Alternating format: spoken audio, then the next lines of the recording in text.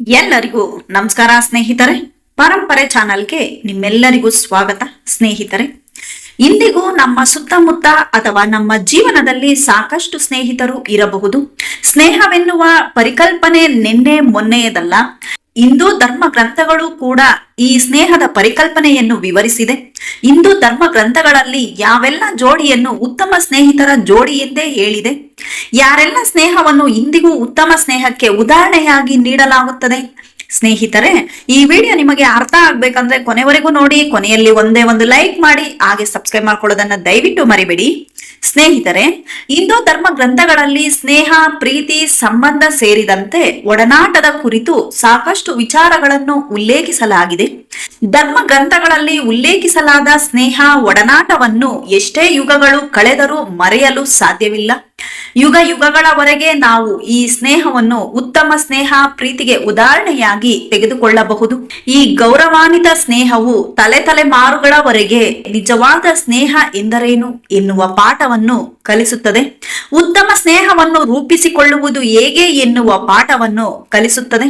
ಈ ಸ್ನೇಹಗಳು ನಮಗೆ ಸ್ನೇಹವನ್ನು ಮಾಡುವುದು ಹೇಗೆ ಎಂಬುದರ ಬಗ್ಗೆ ಮಾತ್ರವಲ್ಲ, ಸಂಬಂಧಗಳನ್ನಾಗಿರಬಹುದು, ಸ್ನೇಹವನ್ನಾಗಿರಬಹುದು, ಹೇಗೆ ಬೆಳೆಸಿಕೊಂಡು ಹೋಗಬೇಕು ಎಂಬುದರ ಕುರಿತು ಈ ಪಾಠವನ್ನು ಕಲಿಸುತ್ತದೆ. ಮೊದಲನೇದಾಗಿ, ಕೃಷ್ಣ ಮತ್ತು ದ್ರೌಪದಿಯ ಸ್ನೇಹ. ಶ್ರೀ ಕೃಷ್ಣ ಮತ್ತು ದ್ರೌಪದಿಯ ನಡುವೆ ಸ್ನೇಹವು ಭಾವನಾತ್ಮಕ ಮತ್ತು ಆಧ್ಯಾತ್ಮಿಕ ಬದ್ಧತೆಯ ಶಕ್ತಿಗೆ ಸಾಕ್ಷಿಯಾಗಿದೆ. ದ್ರೌಪದಿಯ ವಸ್ತ್ರಾಪರಣದ ಸಮಯದಲ್ಲಿ, ದ್ರೌಪದಿಯ ಅಗತ್ಯದ ಸಮಯದಲ್ಲಿ ಶ್ರೀಕೃಷ್ಣನಲ್ಲದೆ ಬೇರಾರೂ ದ್ರೌಪದಿಯನ್ನು ರಕ್ಷಿಸಲಿಲ್ಲ ಎಂಬುದು ಎಲ್ಲಾ ಹಿಂದೂಗಳಿಗೂ ತಿಳಿದಿದೆ. ಮಹಾಭಾರತ ಅವಧಿಯಲ್ಲಿ ನಡೆದ ಈ ಒಂದು ಘಟನೆಯು ನಮಗೆ ಅವರಿಬ್ಬರ ನಡುವಿನ ಸ್ನೇಹ ಎಷ್ಟು ಗೌರವಯುತವಾಯಿತು ಎಂಬುದನ್ನು ಸಂಕೇತಿಸುತ್ತದೆ.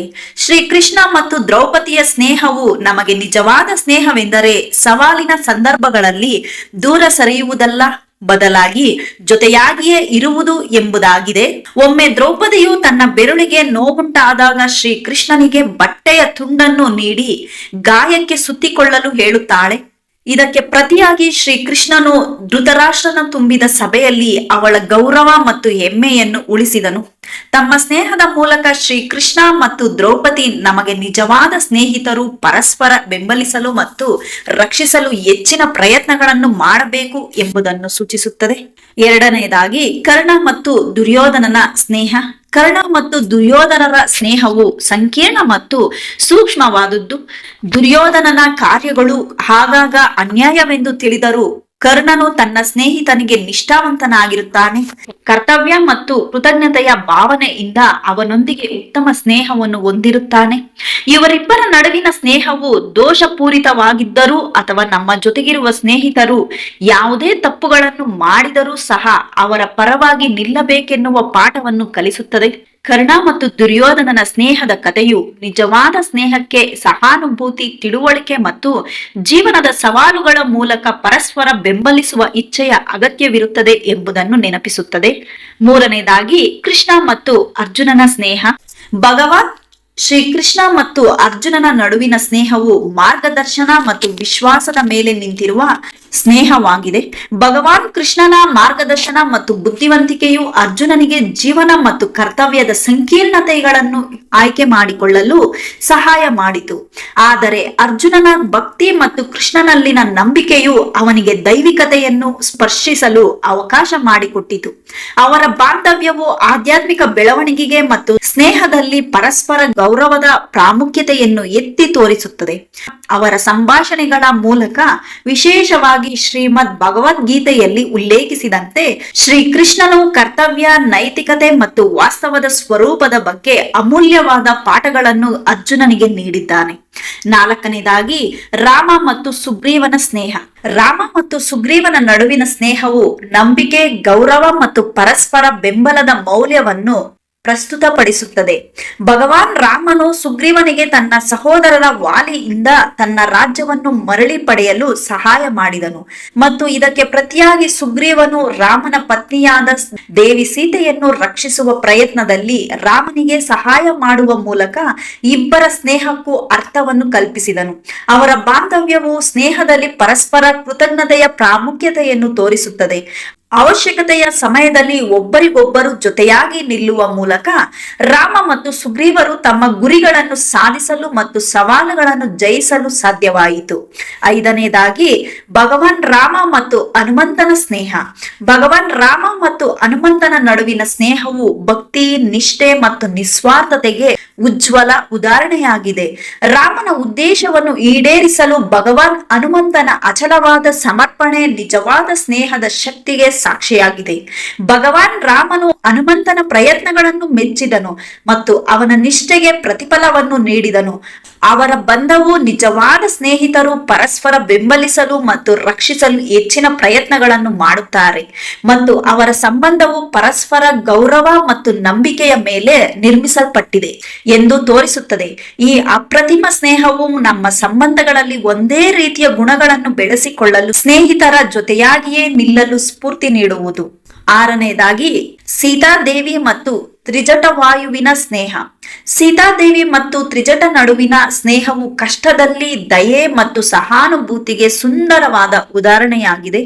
ರಾವಣನಿಂದ ಬಂಧಿತಳಾಗಿದ್ದರೂ ಸೀತಾದೇವಿ ರಾವಣನ ನಿಷ್ಠಾವಂತ ಸೇವಕಿಯಾದ ತ್ರಿಜಟ ಜೊತೆಗಿನ ಸ್ನೇಹದಿಂದ ಸಾಂತ್ವನವನ್ನು ಕಂಡುಕೊಳ್ಳುತ್ತಾಳೆ. ರಾಕ್ಷಸಿಯಾಗಿದ್ದರೂ ತ್ರಿಜಟ ಅವರ ಸಹಾನುಭೂತಿ ಮತ್ತು ಬೆಂಬಲವು ನಿಜವಾದ ಸ್ನೇಹವು ಅತ್ಯಂತ ಕಷ್ಟಕರ ಸಂದರ್ಭಗಳನ್ನು ಸಹ ಮೀರಿಸುತ್ತದೆ ಎಂಬುದನ್ನು ತೋರಿಸುತ್ತದೆ. ಅವರ ಬಾಂಧವ್ಯವು ಅಗತ್ಯವಿರುವ ಸಮಯದಲ್ಲಿ ನಮ್ಮ ಸ್ನೇಹಿತರಿಗಾಗಿ ಇರುವುದರ ಪ್ರಾಮುಖ್ಯತೆಯನ್ನು ಎತ್ತಿ ತೋರಿಸುತ್ತದೆ.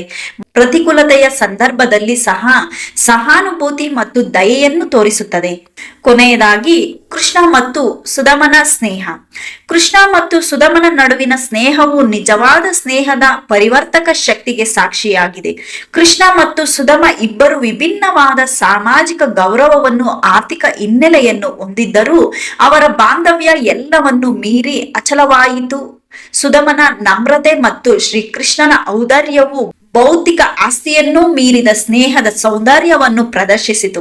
ಸುದಮನ ಭಗವಾನ್ ಕೃಷ್ಣನನ್ನು ಭೇಟಿ ಮಾಡಿದಾಗ ಅವನನ್ನು ಪ್ರೀತಿ ಮತ್ತು ದಯೆಯಿಂದ ಭೇಟಿಯಾದರು. ದೇವರು ಮತ್ತು ದ್ವಾರಕದ ರಾಜನಾಗಿದ್ದರೂ ಶ್ರೀಕೃಷ್ಣನು ಸ್ವಂತ ತನ್ನ ಪ್ರೀತಿಯ ಸ್ನೇಹಿತನ ಪಾದಗಳನ್ನು ತೊಳೆದು ಆಶೀರ್ವಾದವನ್ನು ನೀಡಿದನು. ಈ ಅಪ್ರತಿಮ ಸ್ನೇಹವು ನಮಗೆ ನಿಜವಾದ ಸ್ನೇಹಿತರು ಯಾವುದೇ ಷರತ್ತುಗಳಿಲ್ಲದೆ ಪರಸ್ಪರ ಬಾಂಧವ್ಯಕ್ಕೆ ಬೆಲೆ ಕೊಡುತ್ತಾರೆ ಮತ್ತು ಸ್ನೇಹದ ಬಾಂಧವ್ಯಗಳು ವಿಶಾಲವಾದ ಅಂತರವನ್ನು ಸಹ ನಿವಾರಿಸುತ್ತದೆ ಎಂಬುದನ್ನು ನಮಗೆ ನೆನಪಿಸುತ್ತದೆ. ಸ್ನೇಹಿತರೆ, ಕೃಷ್ಣ ದ್ರೌಪದಿ ನಮಗೆ ರಕ್ಷಣೆಯ ಸ್ನೇಹ ಕಲಿಸುತ್ತಾರೆ. ಕರ್ಣ ದುರ್ಯೋಧನನ ನಿಷ್ಠೆಯ ಮಹತ್ವ ತಿಳಿಸುತ್ತಾನೆ. ಕೃಷ್ಣ ಅರ್ಜುನ ಮಾರ್ಗದರ್ಶನ ಮೌಲ್ಯ ಹೇಳುತ್ತಾರೆ. ರಾಮ ಸುಗ್ರೀವ ಸಹಾಯಕರ ಶಕ್ತಿಯನ್ನು ತೋರಿಸುತ್ತಾರೆ. ಸೀತಾದೇವಿ ತ್ರಿಜಟೆ ಧೈರ್ಯದ ಸ್ನೇಹವನ್ನು ತಿಳಿಸುತ್ತಾರೆ. ಕೃಷ್ಣ ಸುದಮ ಸ್ವಾರ್ಥರಹಿತ ಪ್ರೀತಿಯನ್ನು, ತಪ್ಪನ್ನು ತಿದ್ದುವ ಸ್ನೇಹಿತೆ ಉತ್ತಮ ಜೀವನದ ದಾರಿಯನ್ನು ತೋರಿಸುತ್ತಾರೆ. ಇಂತಹ 7 ರೀತಿಯ ಸ್ನೇಹಿತರು ನಿಮ್ಮ ಜೀವನದಲ್ಲಿದ್ದರೆ ನೀವು ನಿಜಕ್ಕೂ ಅದೃಷ್ಟವಂತರು. ಸ್ನೇಹಿತರೆ, ಈ ವಿಡಿಯೋ ನಿಮಗೆ ಇಷ್ಟವಾದರೆ ಲೈಕ್ ಮಾಡಿ, ಶೇರ್ ಮಾಡಿ, ಅನೇಕ ಜನರಿಗೆ ಈ ವಿಡಿಯೋನ ಹಂಚಿಕೊಳ್ಳಿ. ಪರಂಪರೆ ಚಾನಲ್ ಅನ್ನ ದಯವಿಟ್ಟು ಸಬ್ಸ್ಕ್ರೈಬ್ ಮಾಡಿ. ಇಲ್ಲಿವರೆಗೂ ವಿಡಿಯೋ ಕೇಳಿದಕ್ಕಾಗಿ, ನೋಡಿದಕ್ಕಾಗಿ ನಿಮ್ಮೆಲ್ಲರಿಗೂ ಧನ್ಯವಾದಗಳು ಸ್ನೇಹಿತರೆ. Thank you so much.